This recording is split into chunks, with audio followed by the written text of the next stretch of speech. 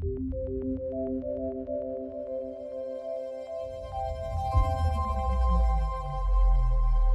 afternoon, everyone. It's always a great pleasure to be a part of all of you. A big thank you to Cloudbazaar for making this possible and inviting me here for this session today. The last couple of years have been very tiring for all of us, both personally and professionally. We have seen some of the toughest of times. Many of us have lost our near and dear ones. Our businesses have also suffered extensively during this period due to lack of investments from our clients.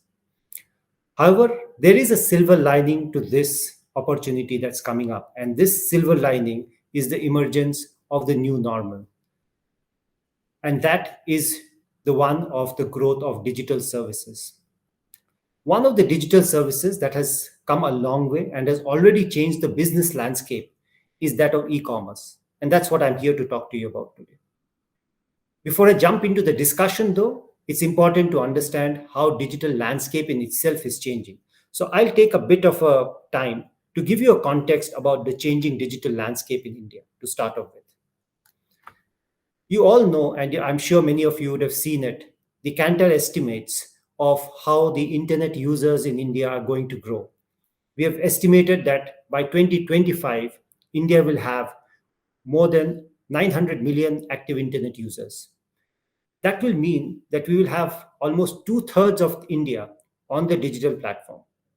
Now, this is significant, not only because of the sheer reach of digital, but the services that one can offer or access to through this digital media as such. What is also going to be more interesting is the fact that most of the new users between now and then will be from the rural and will be school-going kids. This means our reach will be that much more universal than before. However, this change is not only at the consumer end. Any consumer adoption and changes will have implications at the business side too, or vice versa. We are already seeing a high level of digitization coming in amongst the businesses as well. Here, businesses cover all kinds of businesses, from the micro businesses like the retail stores and the one-person business to very large conglomerate. And I'm talking about all of them. The fact is that we have traversed a distance on bringing more than a third of the businesses online in the last couple of years. This indicates that the role the digital has played in recent times in changing the business landscape in India has been significant, and more so in the micro and small businesses in India. We further stagger businesses based on the level of digital adoptions that they have. And we define businesses as engaged, being the one which has the highest level of digital adoptions. These are businesses who actually do their businesses online, they sell online, they advertise online, and do a host of other services online. In the last couple of years, this is a segment that has grown exponentially. You would see that this is the segment that has grown from about 12% in 2018 to about 34% in 2020. Right. So this is an indication of the fact that businesses are now ready to not only experiment online, but actually move their businesses online too. And this phenomena of businesses to move online is not only limited to the larger cities. As per our ITAP study, which covers more than 7,000 businesses across micro, small, medium, and large enterprises, the highest growth is coming not from the largest of the cities, but the tier 2 cities and from the micro businesses. Thus, there is a real revolution in the country that is coming in when it comes to digital. Now, e-commerce has emerged to hold the center stage of this digital revolution, especially in the post-pandemic world. What we will now focus on is the understanding of this e-commerce revolution from a consumer perspective and identify the opportunities it presents for us, and also from the business perspective to see what it means for businesses like yours. So let us first delve into the consumer segment and understand how the consumers are adopting and evolving in this changing world. The Kantar has been tracking the consumer sentiments through the COVID period, and our studies indicate that post the second wave earlier this year, there has been a change in perspectives of consumers. There is a positive sense of positivity amongst the consumers. They want to stay together, follow the norms, but at the same time, they want to live the moment. This offers opportunity for businesses to drive innovative products and solutions, support and drive trust with customers, but be prepared to address the pent up demand that's up there and available. We have seen the manner in which this pent up demand was released during the Diwali period last month, for example, which recorded the highest sales of goods and services in almost a decade, as per some estimates. One of the backbone of this sale and the release of the pent-up demand has been the e-commerce segment. We have seen that the e-commerce segment has come of age in the last 1 year in particular. It has been one of the fastest growing segments in India, both in terms of the revenues or the GMVs, and also in terms of the acquisition of new customers. As a matter of fact, in terms of new customer acquisition, it is comparable to an OTT platform, a gaming platform, or even digital payments in certain cases. But what is more interesting is the fact that while there's been a lot of growth for the other categories that have been driven due to COVID and thus largely transient, the growth in the e commerce segment is not as much of a transient demand. It is more permanent and likely to remain so once we are out of the pandemic too, and we look at this new world order.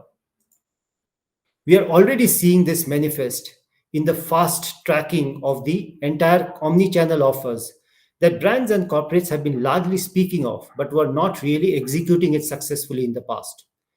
However, this is also manifesting in small and micro businesses, our own neighborhood kirana stores, who are now as much omni-channel as any other large retail chain.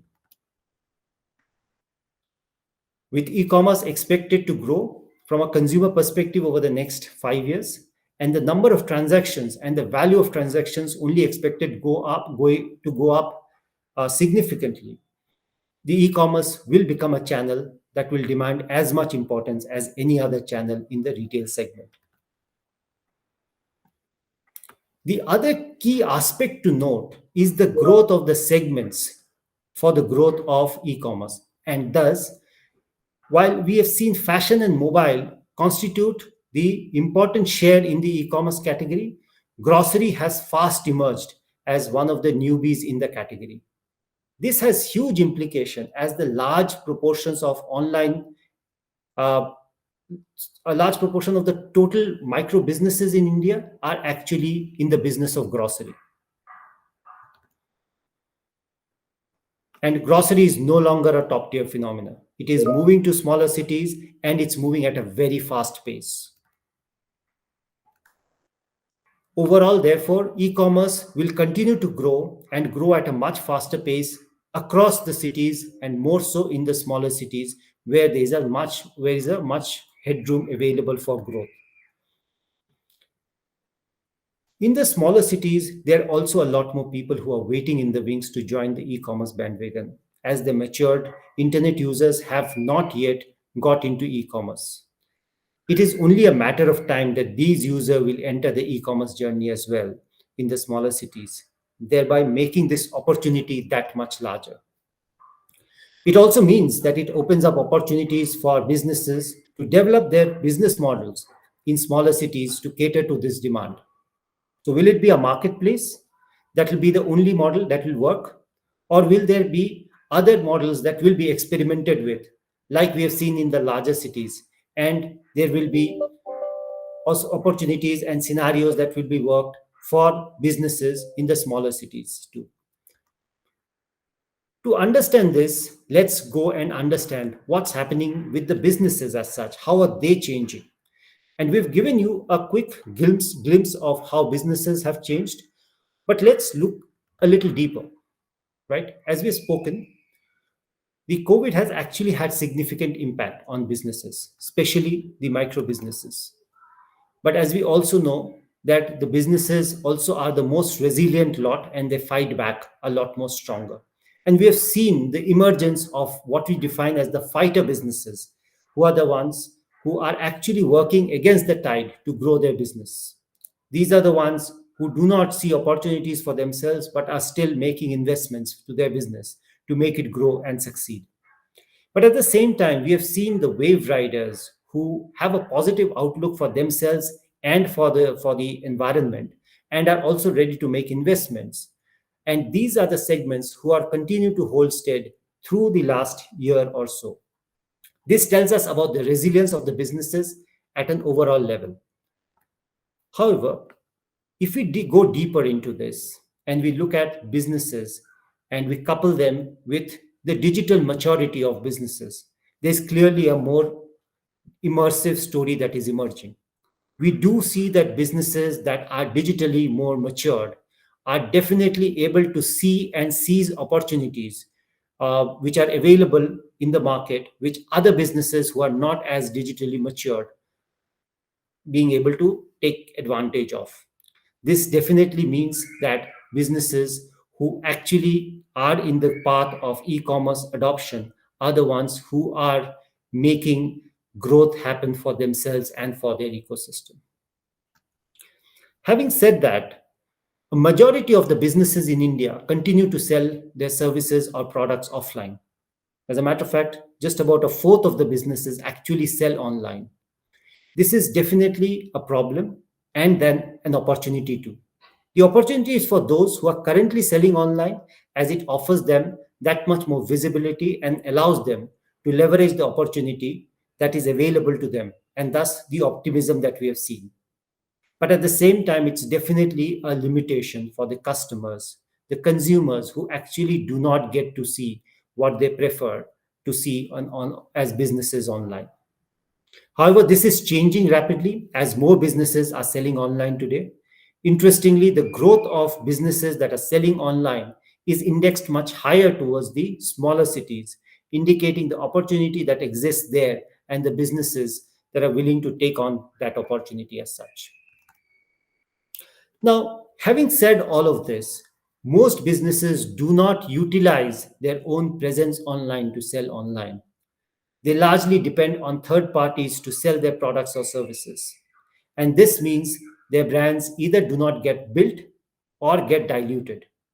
While there is an advantage of selling through aggregators, and there are definitely certain aggregators who also aid in building brands, it is important for the small and micro businesses to continue leveraging their brand and allow fulfillment of services to happen uh, in the manner in which they would like to through their own brand touchpoint.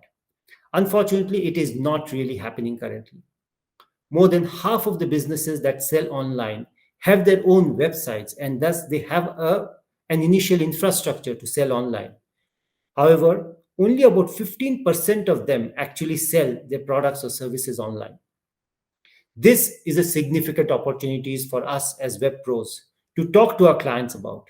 Someone who has a website but does not have e-commerce enabled, can we enable them to sell online through their own website?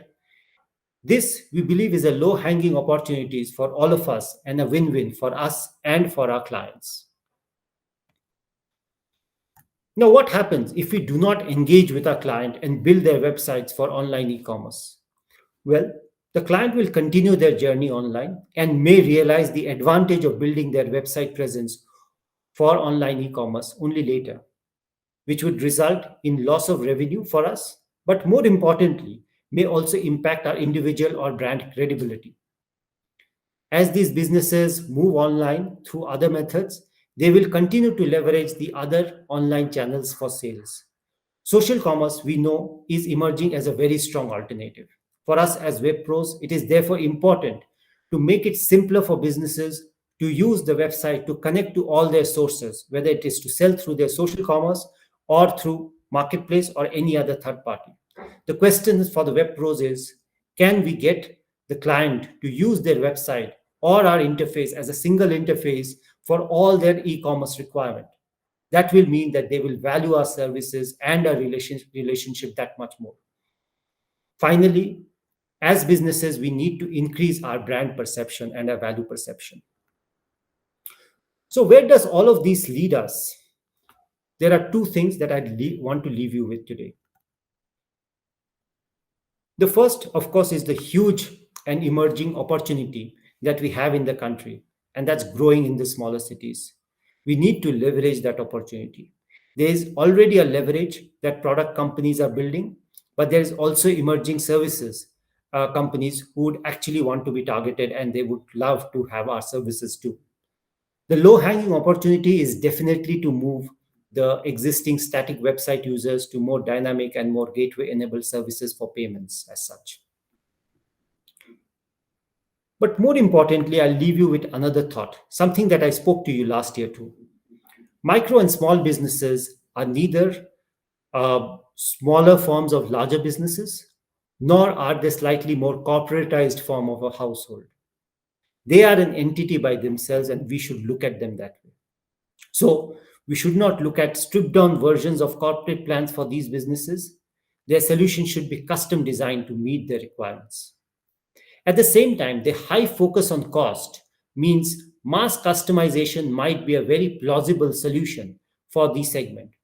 However, this will require identifying the right segments to put together for the mass customization. The mass customization cannot be done for heterogeneous segments. We need to thus look at homogeneous segments and mass customize for them. We call this the pinball strategy.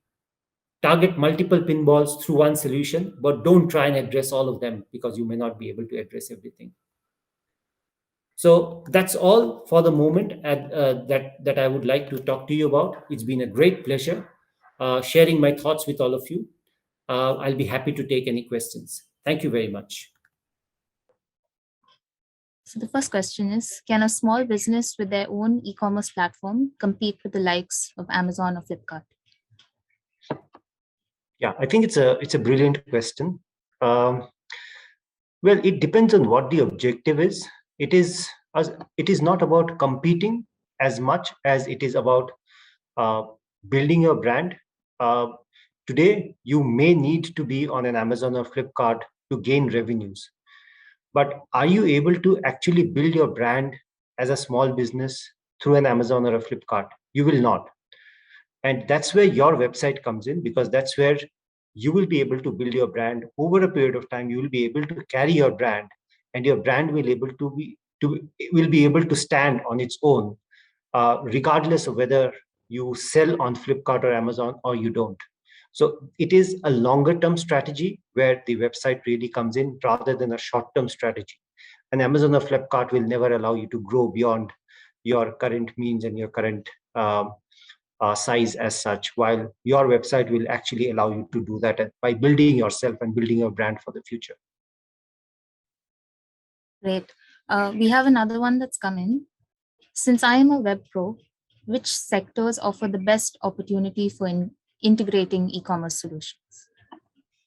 Well, I think the one segment which is growing at a very rapid pace, and again, means, as I said, it's a pinball strategy that you have to use. So there isn't one sector, one segment that you will be able to target, but a combination. But one segment that's definitely growing is the grocery segment, as I had mentioned as well. The grocery segment is not only growing fast, but it's also growing fast from an e-commerce perspective. There's a lot more demand for grocery-based services over online, uh, and the supply is to that extent limited, which basically means that there aren't as many grocery players up there who are actually offering services, which means therefore you cannot, if you have a loved kirana store that you would love to get your products from, you have an arrangement with them, you really can't buy from them online. You still need to go to them, or you need to call them up and get them to deliver the products to your home. uh, that's where the opportunity lies, because they are the ones who are actually looking for both reaching out to their own customers who had been coming to them in the past but no longer are coming in, and also to expand their reach. The other segment, which is again a growing segment and in the current times very relevant, is the pharmaceuticals, the chemists as such. That's again a segment that is fast growing, right? For similar reasons. On the other side, there is also a lot of businesses who are the non-retail businesses, but small businesses who are offering services to other smaller businesses who are actually growing. How do you enable a small business to get um, services like cleaning services, delivery services, etc., or even trucking services, transportation services? And that's where we start seeing a lot of these smaller business to business companies also moving into the online space today. So I would say these are the top three segments that are fast growing and also offer uh, enough of opportunity for us to grow. All right. I think we have time to take one more question. So the question is, if all businesses have an e-commerce platform, what can be their differentiating factor or USP? Brilliant. I think e-commerce platform is a fulfillment platform finally. That is not the differentiator per se. The differentiator has to be in the branding of the platform. So how you brand yourself as an organization, whether it's a micro organization or a very large organization, that is what differentiates you. So the platform is an enabler. It ensures that you can actually do your business through an e-commerce platform, but it is not necessarily the differentiator that one would look to create. The differentiator will have to be in the way you position yourself, the kind of products and services you stand for, the kind of delivery promises that you make, possibly. All of those would be the differentiator for you and not necessarily the e-commerce. Thanks a ton. Great pleasure. Bye-bye.